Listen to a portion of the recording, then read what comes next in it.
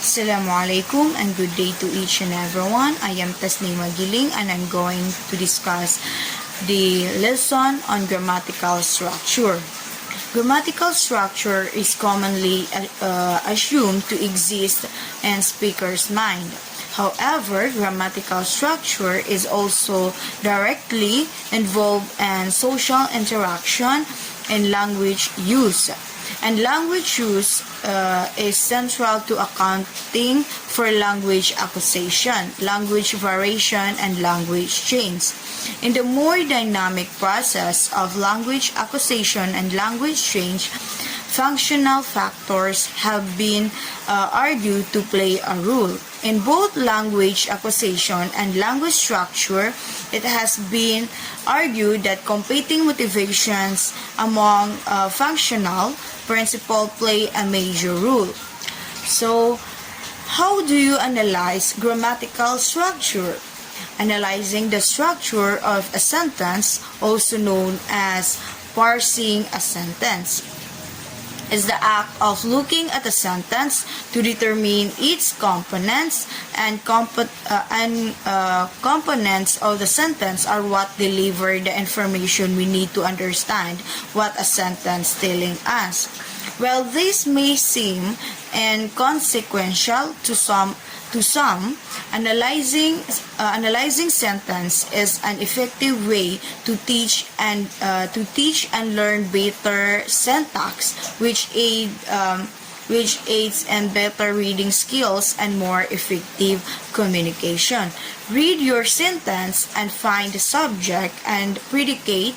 These are the most basic components of a sentence and easy to identify. Think of the subject as the doer of the sentence and the predicate as a description of what is being done. All complete sentence have a subject and predicate. And the example, I write sentences. The subject is the I and write sentences is the predicate. This is one of the easiest component to locate. The predicate contains a verb or verb phrase that explain what the subject of the sentence is doing. Identify more complex elements in a sentence. The simple sentence above I mentioned might be written as I write sentences on a piece of paper. This contains not only the subject and predicate. Now it contains a prepositional phrase as well, which further adds detail. The prepositional phrase on piece of paper tells readers where something is done. Now the sentence answered the question who, what, and where. So here are the four types of sentence structure: the simple, compound, complex, and compound complex. The quantity and arrangement of clauses determines the makeup of each type of sentence structure. A clause is grouping of words with both a subject and a verb that can form a sentence, but doesn't always. If the clause can form a complete thought on its own, it's considered an independent clause. If the clause depends on another part of the sentence to complete the thought it expresses, it's called a dependent clause. For example, when he got home from school is a dependent clause. It is not a complete thought, even though it contains a subject and a verb. Number one, a simple sentence. Number one of types of sentence structure is simple sentence. In a simple sentence, there are only one independent clause. Example is, I like coffee and Dave works at the library, are both example of a simple sentence.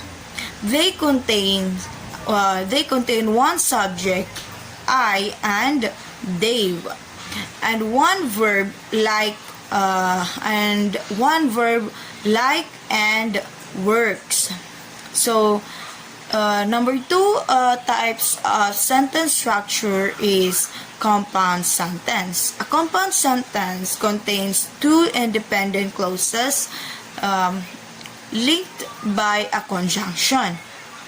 Example is, the dog ran around the backyard and now he is taking a nap, is a compound sentence. Both of the clauses are complete thoughts and could stand alone if the conjunction and was removed.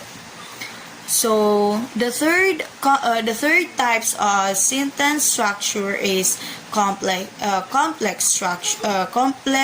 sentence. A complex sentence linked one independent clause with at least one dependent clause. A common example of this type of structure is the if and then sentence. For example, if I won the lottery, then I would buy a new car. New car is a simple sentence. If I won the lottery is an independent clause that can stand alone because it is not a complete thought. When you add a comma and the independent clause, then I would buy a new car, it becomes a complex. A compound number four structure of sentence. The last sentence structure is compound complex sentence. In a compound complex sentence, there are more than one independent and at least one dependent clause. For example, Randy is in a band, but he is the singer because he can play an instrument. This is a compound complex sentence. It contains two independent clauses. Randy is in band and he's the singer, and one independent clause, which is because he can play an instrument. So different sentence structure are determined by the number of independent and dependent clause. One dependent clause is a simple sentence. Two dependent clauses is a compound sentence. One independent clause and at least one independent clause make a complex sentence. A compound complex sentence is made up of two or more independent clauses and at least one dependent clause. So that's all. Thank you for listening.